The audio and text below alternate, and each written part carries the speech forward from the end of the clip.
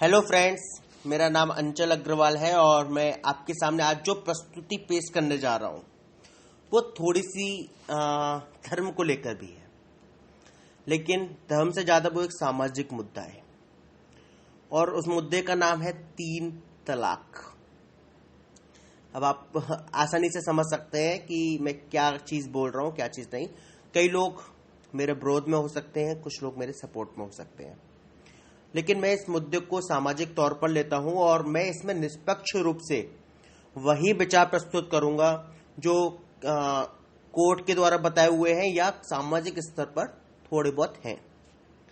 ठीक है, अगर किसी को लगता है कि मैं उनके धर्म को छेड़ रहा हूं या कुछ भी कर रहा हूं तो इसको अपनी एक मानसिक भूल स्वीकार कर सकते हैं, क्योंकि सामाजिक मुद्दे को समाज के सामने रखना शायद एक अभिव्यक्ति की आज़ादी के रूप में भी आता है। और यदि मैं कोई गलत पेश करूं तो हाँ, बाकी आपका अधिकार रहेगा कि आप मुझसे कुछ कहें, एक सीमित दायरे में एक सही शब्दों का प्रयोग करते हुए आप कहेंगे, कोई दिक्कत नहीं है। आपके तर्क का मेरे को इंतजार रहेगा, इसमें कोई शक नहीं है।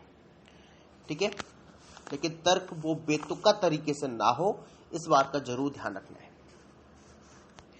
ठीक है, हाल ही में इलाहाबाद उच्च न्यायालय ने बोला है कि 3 तलाक असंवैधानिक है।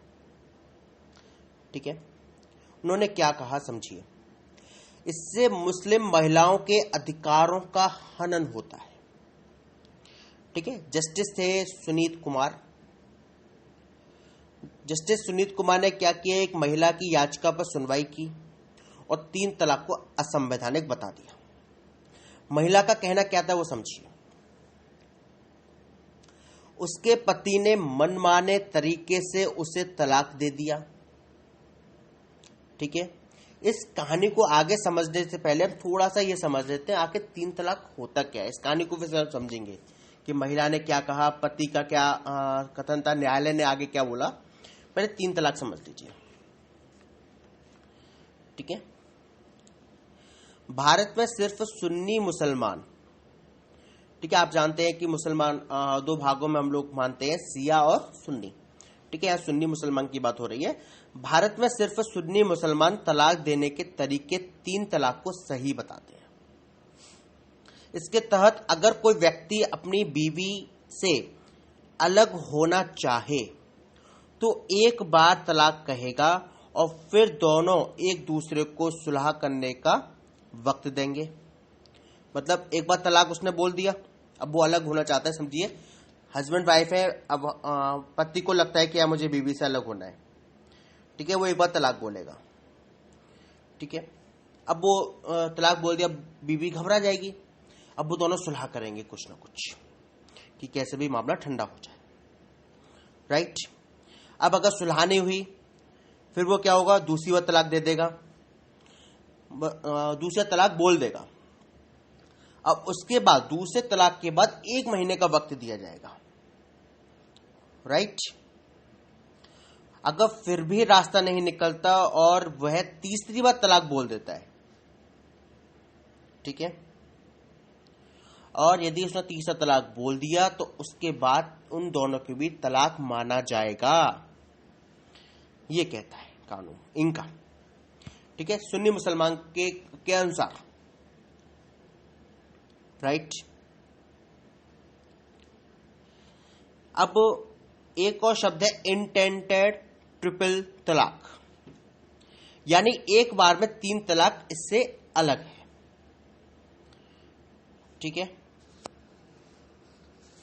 इसके तहत क्या होता है, एक आदमी अगर पत्नी को तलाक देना चाहे तो बिना सुलह के मौका के उसे तलाक तलाक तलाक बोलकर या लिखकर तलाक दे सकता है। मतलब कोई टाइम नहीं देना भाई, ना 1 महीने का देना, ना सुलह का वक्त देना, भाई तू मुझे पसंद नहीं है, तलाक तलाक तलाक, और मेरा उससे तलाक हो गया, ये है। ठीक है, अब इससे हुआ क्या। अब आप खुद सोचिए कि उस महिला की क्या जिंदगी है सामाजिक तौर पर। ठीक है, वो इतनी असुरक्षित है कि मान लीजिए कुछ घटनाएं जो हाल ही में सामने आई थी, अगर मैं उनको वर्णित करूं, एक महिला सिर्फ चाय लाने में देरी हो गई थी, पति ने चाय की बोला, पति पी कर आया था, कुछ भी रहा हो कंडीशन, चाय लाने में देरी हुई, उसने उसने उस चाय को उठाया, उसके मुंह पे मारा और बोल दिया तलाक तलाक तलाक। हो गया तलाक। एक खबर यह है कि पत्नी एक रात अपने पति को खुश नहीं कर पाई, उसने बोल दिया तलाक तलाक तलाक। हो गया तलाक। तो ये क्या चीज है कि आप महिलाओं को कोई सुरक्षा नहीं दे रहे किसी भी तरह की, कि यानी कि महिला इतनी असुरक्षित है, इतने भय में रहेगी, आपसे इतना डर कर रहेगी यार कि पता नहीं कब इसका मूड खिसक जाए और ये मुझसे बोल दे अब मैं अपने बच्चों को लेकर कहां जाऊंगी। राइट, समझिए। अब आगे ये सामाजिक बात थी, इमोशनल बात थी, जहां इसको कहना ज्यादा उचित नहीं रहेगा। ठीक है, आगे समझते हैं कि महिला और कोर्ट के बीच क्या बातें हुई।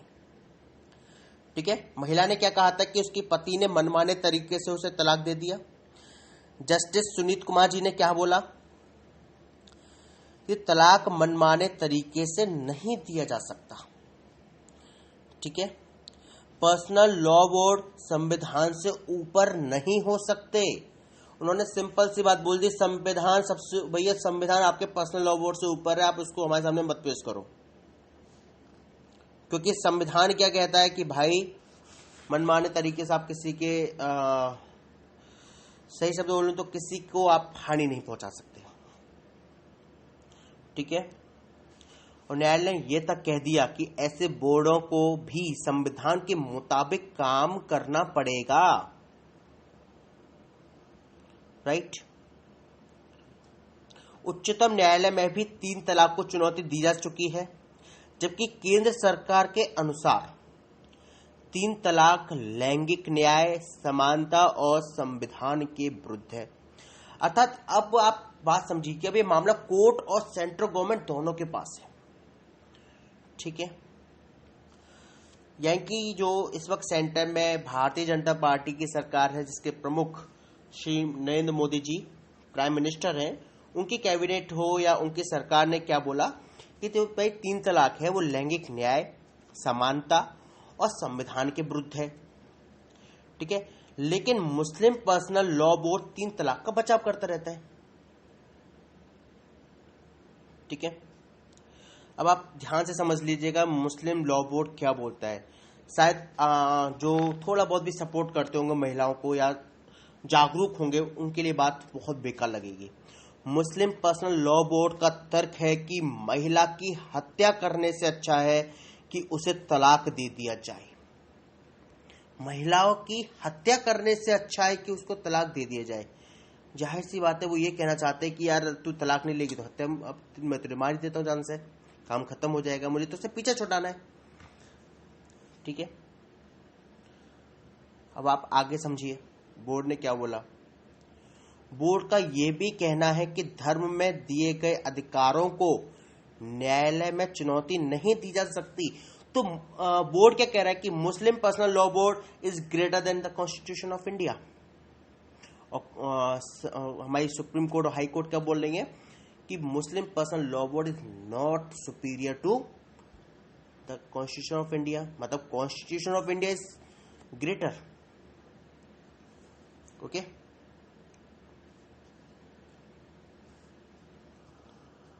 देखिए पहले और अब में क्या फर्क आ रहा है कि पहले जुबानी तौर पर तलाक बोलने से तलाक दे दिए जा रहे थे, लेकिन अब इसमें एक इस तरह का परिवर्तन आ रहा है कि यार फोन मिलाया, फोन पे ढंग से बात नहीं कर रही, बीवी बोल दिया तलाक तलाक तलाक, व्हाट्सएप पे मैसेज भेज दिया।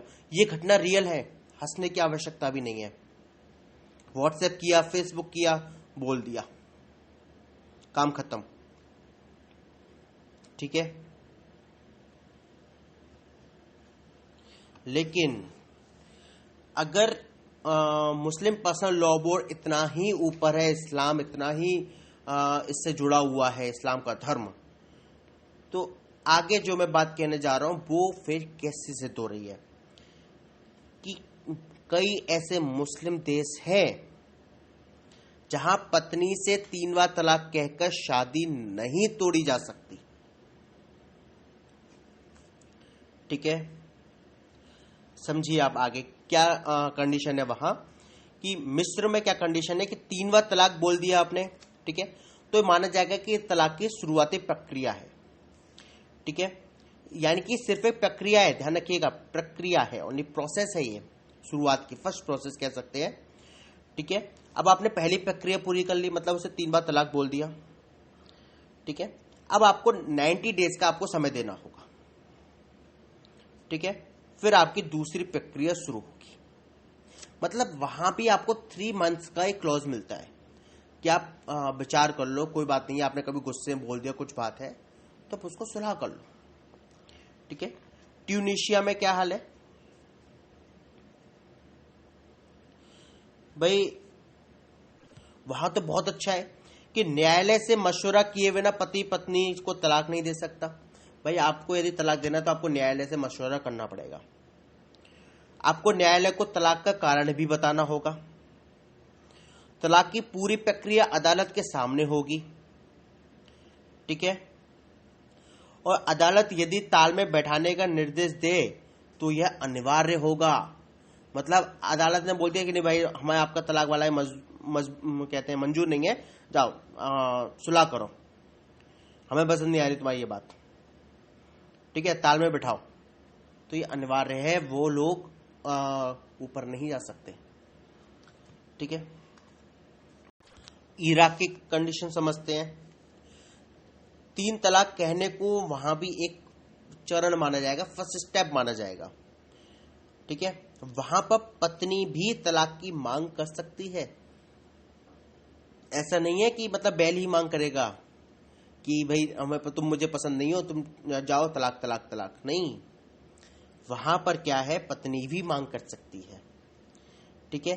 अब उसने फर्स्ट स्टेप पूरा कर दिया, अब पहुंच जाएंगे वो कोर्ट में, ठीक है, और कोर्ट यदि कह देगा कि हाँ ठीक है आप अलग हो सकते हो तो ठीक है आप अलग हो जाओ, लेकिन ऐसा नहीं है कि आपने एक बार बोल दिया तो काम खत्म, आपको एक बार कोर्ट में जाना पड़ेगा। ईरान में समझिए, ईरान में क्या होता है कि तलाक जो वो आपसी सहमति से होना चाहिए, ठीक है। अब तलाक लेने वालों को काउंसलर के पास जाना ही होगा और तलाक से पहले मेल मिलाप की कोशिश जरूर की जानी चाहिए। मतलब वहां भी एक सहमति होनी चाहिए कि ठीक है तुम्हें मेरा साथ पसंद नहीं है, मुझे तुम्हारा साथ पसंद नहीं है, तो हम लोग अलग हो जाते हैं, ये मैच्योर थिंकिंग है, ठीक है।